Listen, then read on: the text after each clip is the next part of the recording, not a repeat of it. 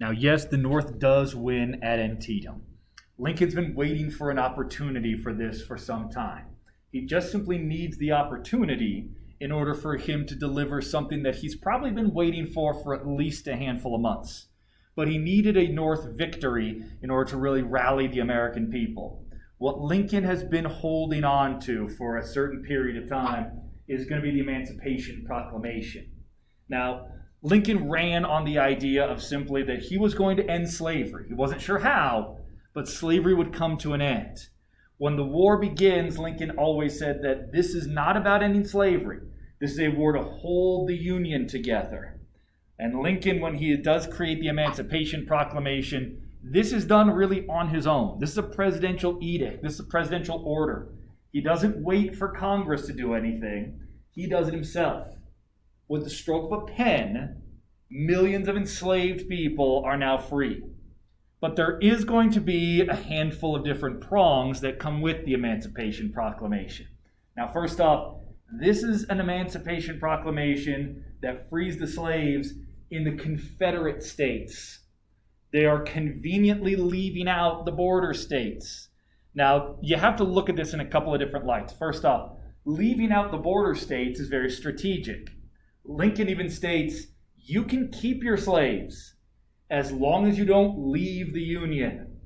This is going to be something that cements these border states from leaving the Union and joining the Confederacy, which would have been a disaster for the which would have been a disaster for the Union. These border states are going to stay loyal.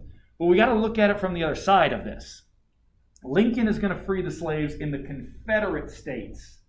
These are states that have broken away. These are states that don't recognize Abraham Lincoln as their president. They have a new president. They have their own constitution. Jefferson Davis is their president as they see it. Now you have Lincoln issuing this edict. This means the southern states simply aren't going to comply. On the surface, the Emancipation Proclamation doesn't really free the slaves en masse. It has another purpose. What it does is it now commits the United States to fighting this war, not only just to preserve the Union, but also to end slavery. If you're going to end slavery, the Union has to win. The only nation in the history of the world who's ever gone to war to end slavery. But there's another caveat to this.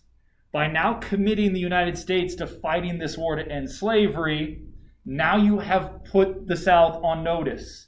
You have now made this about their slave holdings. This really is an edict for the Europeans. As we've talked about before, the Southerners need the Europeans as allies. They have to have them so that they can get their industrial goods. With this edict, what Lincoln has officially done is said this war is about ending slavery. If the Brits and the French want to side with the Confederates, they are siding with slavery. This presidential edict is going to keep those Europeans on the sideline. It's going to keep them out of the war, as they do not want to be the ones who are siding themselves with the institution of slavery.